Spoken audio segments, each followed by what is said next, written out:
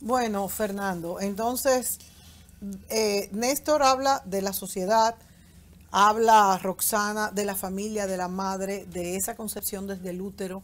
¿Qué puedes agregar?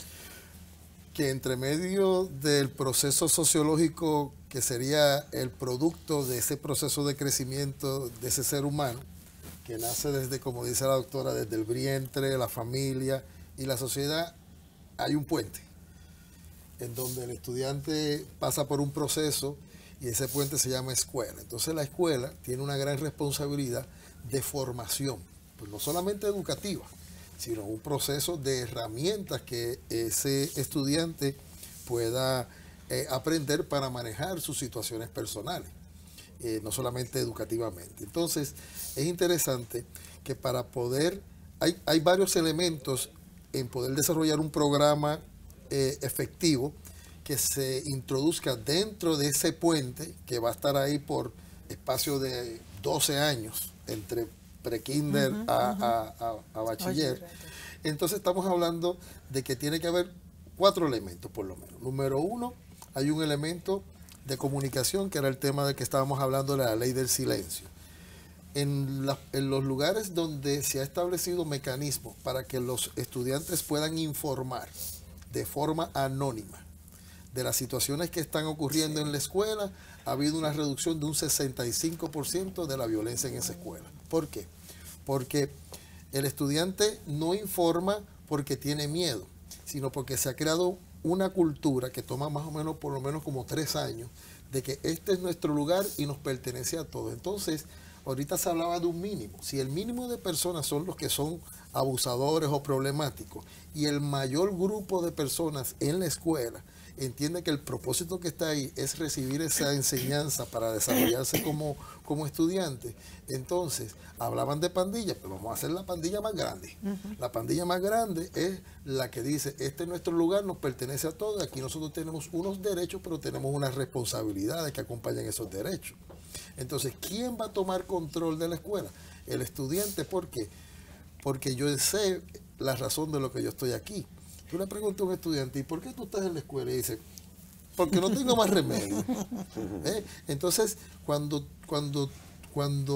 vivimos en una sociedad donde el ser humano está buscando constantemente cómo llegar a ser, porque no se considera que ya es, vivimos en una sociedad que se le enseña más al ser humano a hacer que el ser.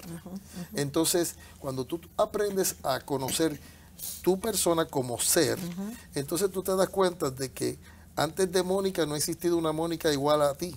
Y después de Mónica no va a existir una Mónica igual a ti. Por lo tanto, tú eres un ser humano único.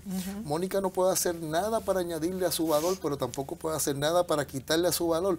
Entonces, si tú misma no puedes hacerlo, ¿quién podrá hacerlo? Nadie. Entonces, de ahí sacamos de la perspectiva de valores en identidad, donde el ser humano en la burla lo que busca es quitarle valor a la otra persona. Entonces la persona dice, tú no puedes hacer eso. Entonces la persona dice, oye, tú tienes un problema, porque tú estás buscando aceptación en ti mismo. Entonces ya yo no informo porque tengo miedo. Yo informo porque esa persona necesita ayuda y yo lo quiero ayudar. Entonces los papeles se invierten. Claro, es verdad, es verdad. Entonces, ahora, el elemento anónimo es importante, porque por un lado tenemos la parte de que yo voy a ser el chivato de la escuela, le estoy demostrando a la gente que yo informo porque no puedo bregar con la situación, pero posiblemente por otro lado yo tengo en mi casa a mi papá y a mi mamá que me dijeron, no te dejes molestar en la escuela porque si te dejas dar en la escuela yo te voy a dar aquí. Entonces tenemos un bullying en la escuela y tenemos un bullying en la casa. Exacto, exacto. Entonces el muchacho no sabe qué hacer, entonces entra en ese proceso de tristeza, de sentirse mal. Entonces hay varios elementos educativos que deben ir dirigidos a los estudiantes, al personal de la escuela, pero también a los padres, a medida de prevención, pero también a medida de intervención. Entonces, existen herramientas como una que tenemos disponible que se llama Text About It, en donde los estudiantes pueden informar las situaciones que están viviendo incómodas en su vida a través de mensajes de texto y correo electrónico de forma anónima. Eso le llega directamente a las personas que están adiestradas para recibir ese proceso de información, para entonces poder manejar esa información. O sea, yo estoy pasando por una situación muy triste, a lo mejor estoy siendo abusada por mi padrastro, y yo sé que la profesora Mónica puede ayudarme en esto, pero a mí me da vergüenza decírselo, pero yo se lo puedo escribir de forma anónima y Mónica... Pero anónima, ¿y entonces cómo me va a ayudar? Porque entonces hay una vía de ambos lados. Entonces Mónica me dice, oh, espérate. Pues mira, yo te voy a trabajar, pero yo te voy a adiestrar cómo tú canalizar esa información.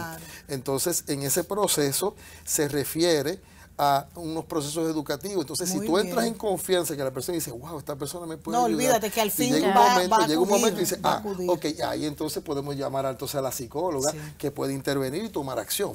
Pero si no hay ese mecanismo de comunicación, hay un problema. Entonces, aparte de eso, existen programas desde grado de prekinder hasta grado 12, donde por grados se pueden establecer una clase de socialización entre las personas, donde se pueda aprender cómo manejar con las diferencias que van a existir dentro de los procesos de crecimiento. Pero eso debe ser parte del currículo para poder crear esa cultura entre los estudiantes y se pueda establecer el ambiente de paz y seguridad. Mira, qué interesante.